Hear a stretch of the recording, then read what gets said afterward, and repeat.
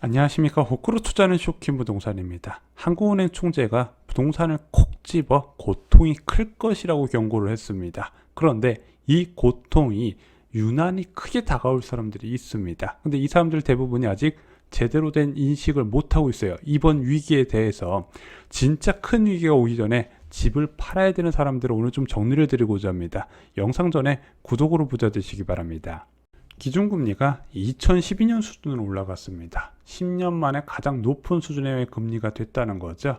0.5%란 초저금리에서 14개월 만에 일어난 일입니다. 그리고 다음 달은요, 2008년 이후에 처음으로 3.5% 기준금리 될 가능성이 굉장히 높다는 부분이죠.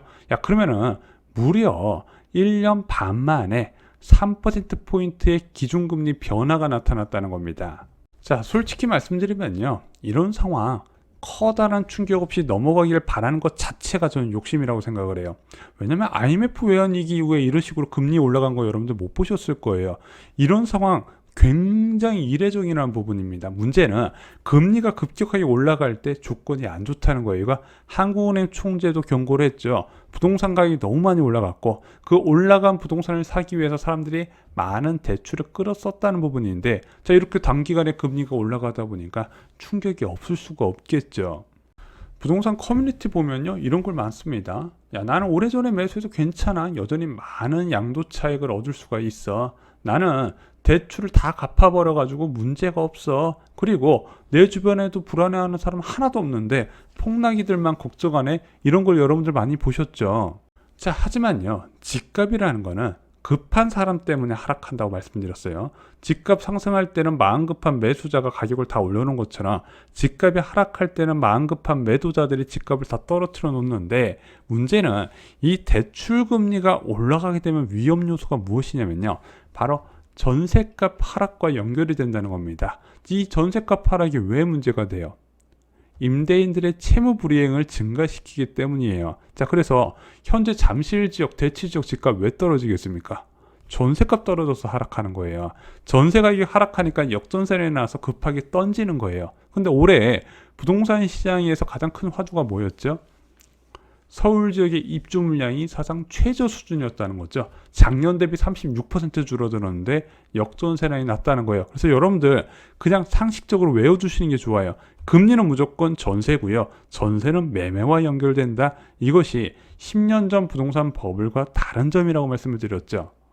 저희가 웬만해서는 집 팔라고 안 하거든요. 이미 사신 분들은 사지 말라고 해요. 근데 갖고 있는 사람들은 당장 팔아라, 이런 말 아마 거의 영상에 못 들어보셨을 거예요. 근데 이제는 팔아야 하는 분들이 눈에 딱 보이는 거예요. 근데 문제가 뭐냐면요, 이렇게 팔아야 되는 사람들이 분명히 있는데 이 사람들은 본인들이 얼마나 큰 위기에 직면했는지 몰라요. 그래서 오늘 영상에서 말씀드리는 5가지에 해당되는 사람들은요, 가급적 매도를 하셨으면 좋겠다는 게 제 생각입니다. 안 팔린다고요? 팔리는 방법이 다 있어요. 자, 첫 번째 유형은요, 2023년부터 2024년 1분기까지 전세 만기가 되는 임대인입니다. 신규 계약한 임대인에 해당이 돼요. 계약갱신 청구권 사용한 사람들한테까지는 권하고 싶지는 않습니다. 자, 2023년부터 2024년 1분기에 만기가 되는데 나는 이 주택을 살 때 영끌에서 샀어. 신용대출부터 포함해서 기타 대출 온갖 거 다 끌어서 샀단 말이야. 자, 그런데 현재 전세 가격이 이 지역이 하락하고 있네. 그러면은 매도를 고려를 해야 된다는 겁니다. 자, 이게 앞으로 굉장히 위험해질 유형인데요. 지금 전세값이 떨어지고 있다고? 아직 만기 많이 남았으니까 괜찮겠지, 이렇게 생각을 해야 된다는 거예요. 그래서 여러분들 분명히 생각을 판단을 하셔야 됩니다. 전세 만기 시점에 기존 계약 대비 전세 가격이 30% 하락을 감당 가능한지 스스로 체크를 해보시기 바랍니다. 그런데 진짜 위험한 사람들은요, 전세 계약 만기 시점에 주변에 신규 입주 물량이 몰려있는 경우가 있거든요. 그런 경우는 기존 계약 대비 전세 가격이 40% 빠지는 것까지 감안을 해야 된다는 겁니다. 좀 더 쉽게 말씀드리면 현재 내가 2억에서 3억 정도 끌어올 능력들까 한번 판단을 해보시라는 거죠. 자, 그리고 무주택자나 1주택자면요, 본인이 세입자 내보내고 입주하는 것까지 고려를 해야 돼요. 전세 보증금 반환 대출을 활용을 해서요. 자, 그런데 아까 말씀드렸다시피 영끌에서 주택을 매수한 사람들이 왜 문제가 되냐면요. 이런 사람들은 신용대출을 과도하게 활용했기 때문에 DSR 한도가 안 나오는 경우가 많아요. 왜냐하면 신용대출은 나는 이자만 납부하긴 하지만 DSR 계산에서는 원리금을 5년으로 나눠서 원리금을 상환한 것처럼 계산하는데 그렇게 되면 한도가 진짜 안 나와요. 그러면은 전세보증금 반환대출 활용이 못 되는 경우가 있기 때문에 다 가급적 야 이거 발등에 불 떨어내서 초급매로 그때 던지지 말고 미리 파시라는 겁니다. 자, 두 번째는요. 처분 조건으로 분양권, 입주권을 보유한 사람들, 1주택자도 민영주택은 처분 조건으로 청약이 가능했죠. 자, 그 사람들도 이제 입주 가능한 시기가 되면 주택을 6개월 이내에 처분을 해야 돼요. 이거 굉장히 엄격합니다. 입주권 보유한 사람들도요. 이주비 대출 받을 때 처분 조건으로 받은 사람들이 있어요. 이거 제때 안 지키면요. 기한 이익 상실이 되면서 주택담보대출을 받을 수가 없게 됩니다. 자, 그럼 이 사람들이 만약에 입주 시기가 돼서 안 팔리게 되면 어떻게 될까요? 집에 못 들어와요. 그런데 다시 한번 말씀드리지만 여러분들이 새 집에 입주하려고 할 때 팔려고 하면 늦는다는 부분이에요. 특히 2023년부터 2024년 초중에서 방학 기간에 입주가 예정이라면 지금부터 초초금매로 내놓으셔야 됩니다. 이거 지금은 몰라요. 입주하실 때 뼈저리게 제가 이야기하는 거 느끼실 겁니다. 자, 세 번째는요. 개인사업자 주택담보대출을 받은 분들입니다. 특히 사업자 대출로 LTV 70% 이상이면요. 무조건 매도를 하셔야 됩니다. 무조건 매도하셔야 돼요. 이것은 20년, 30년 장기 계약된 개인 주택담보대출과 차원이 달라요. 얘는 높아지는 이자도 지금 굉장히 심각한 문제지만요. 갱신 시에 한도가 줄어들 가능성이 있어요. 예를 들어 10억짜리 아파트 7억 대출 받았어요. 근데 얘가 시세가 7억 5천으로 뚝 떨어져 버렸네. 그럼 대출 한도가 5억으로 줄어들어 버리잖아요. 그럼 2억은 어디서 끌어와야 되죠. 그래서 개인사업자 주택담보대출이 위험한 거예요. 자, 내년 되면은요, 이 개인사업자 담보대출에 따른 이금융권의 부실 굉장히 커질 가능성이 있어요. 금리가 높은 것도 문제지만 만기 시점에 한도가 안 나와서 강제적으로 주택을 처분해야 되는 상황 펼쳐질 수 있다는 거죠. 자, 네 번째는요, 외곽지역 다주택자입니다. 자, 이 외곽지역 다주택자 진짜 주택시장 꼭대기에는요, 아마 동두천 지역까지 그리고 저기 이천 지역까지 투자 수요가 들어갔어요. 왜? 취득세 중과 피하려고 공시가격 1억 이하 투자 유입됐다는 부분이죠. 근데 여기는 이미 흐름이 끝났어요. 오르긴 올랐겠죠. 오르긴 올랐는데 앞으로 장기적으로 보면 비전이 안 좋다는 거예요. 서울 지역과 접근 방식이 달라요. 3기 신도시 때문에 전망이 굉장히 어둡다는 겁니다. 그러면은 집값이 나중에 다시 금리가 낮아지면서 반등한다 하더라도 이 수도권 외곽 지역은 가장 늦게 반응이 온단 말이에요. 자, 잘 생각해 보세요. 집값은 2014년부터 서울 지역 중심으로 올라갔습니다. 경기도 외곽 지역 언제 올랐어요? 2020년 되어야 본격적으로 상승했잖아요. 그럼 그 긴 사이클을 오랫동안 기다려야 되는 거, 그나마 지금 올라서 시세 차익 누릴 수 있을 때 처분을 고려하시라는 겁니다. 자, 다섯 번째는요. 은퇴한 고가주택 보유자입니다. 예를 들어 10억 초과주택 고가주택이 있는데 내가 은퇴해서 매월 생활비가 필요하다면 어떻게 될까요?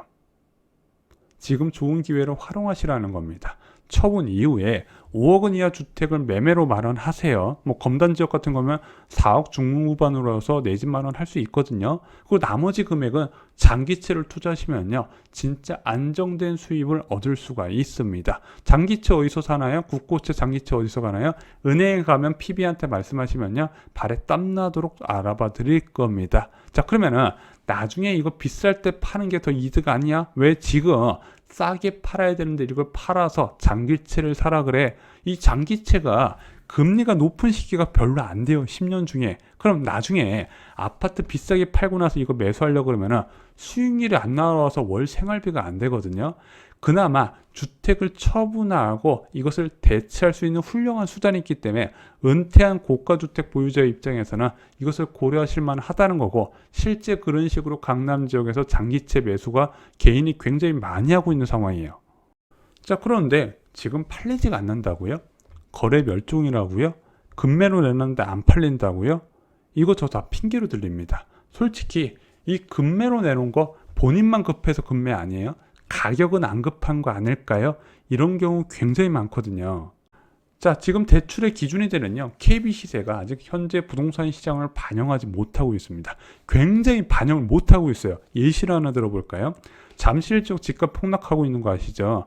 레이크 팰리스 국민평형 18억 5천까지 떨어졌습니다.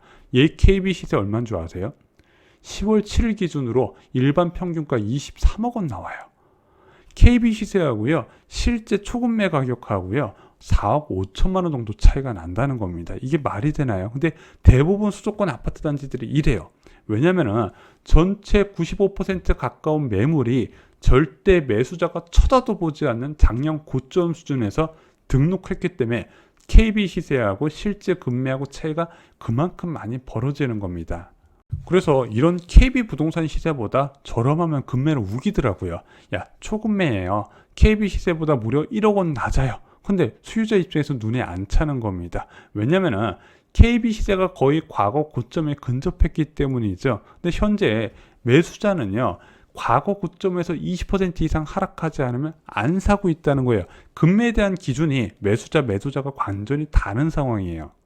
그래서 부동산에서 야, 이거 금매 아니에요. 진짜 팔고 싶으면요, 고점 대비 20% 정도 낮춰서 내놔야 돼요. 이렇게 이야기하면 그 부동산 불매하자고 그래요. 진짜 웃기죠. 많은 지역에서 이게 현실적으로 일어나고 있는 부분이에요.